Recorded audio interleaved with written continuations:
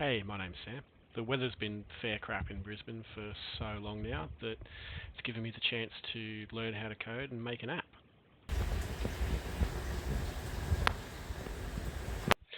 The app's called FITSy because it works on FITS files and it's written in Python. Where are we? So what it does is it looks at all your raw files, looks at the metadata, summarizes it and groups it for export to social media or AstroBin.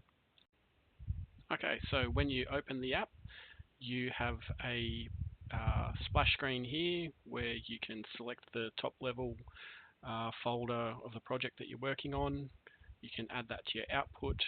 All these buttons are color coded to where the data fills up from, and you can choose your calibration frames if you want to include those. You don't have to. Same with predetermined values. I'll explain that in a minute, and I'll show you how we do that.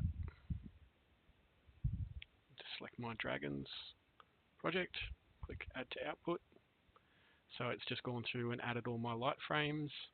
I'll choose my calibration frames, I'll add those in too, and my predetermined values, apply those. Cool. So now we've got a grid ready to do stuff with. So if I want to add my equipment in, just do that again.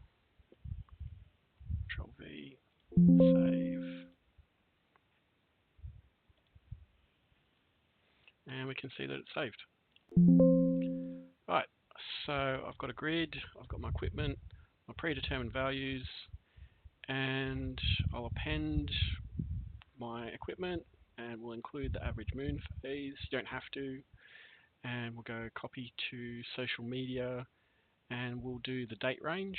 And I'll paste it here. And so you can see that that's just taken all the data from the grid. We've got a date range, duration with the metadata, total integration, the predetermined values, the calibration frames, average moon phase, and my equipment appended on the end. So similarly, if I want to do the same but have every date show up, I can hit that one there. And now the output has just changed to include every single date. So now I'm going to show you how to import into AstroBin. So once the grid has filled up with all the data that you want to use, you can also add your filters if you use filters during your project. So you click this button here, set my filters, and it'll come up with this pane here. So on the left hand side of the pane is the name that your Astro software calls the filter. On the right hand side is the AstroBin ID of the filter. So how you get the AstroBin ID is you look in the Equipment Explorer and you look at our URL, and the filter ID is the numbers in the URL. So once you know that, you can come back here and populate what you want to use. And if your Astro software isn't capable of saving a filter name, then just leave a blank space but still put the AstroBin filter ID. So that's what I'm doing for this one. I used the triband for my Dragons of Ara project. I hit save, and then I hit copy to clipboard for AstroBin, and then just to show you the output, it'll look something like this, but AstroBin understands it.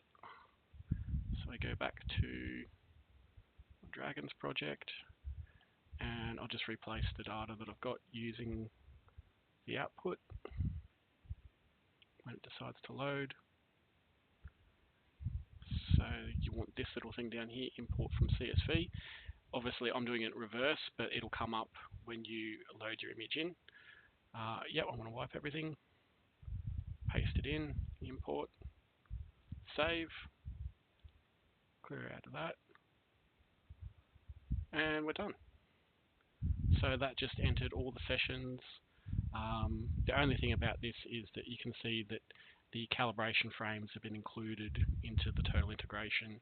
But if you don't want to include your calibration frames, just don't add them into the grid, and the same process applies. I'd like to thank my two friends, all two of them, Adrian Mora from Ireland and Alex Nicholas from up North Brisbane near me, for putting up with me pestering them while I was making the app. And if you know how to code in Python and you're an astrophotographer and you reckon that you can help out making the program better, reach out and hit me up. Thanks, guys. Bye.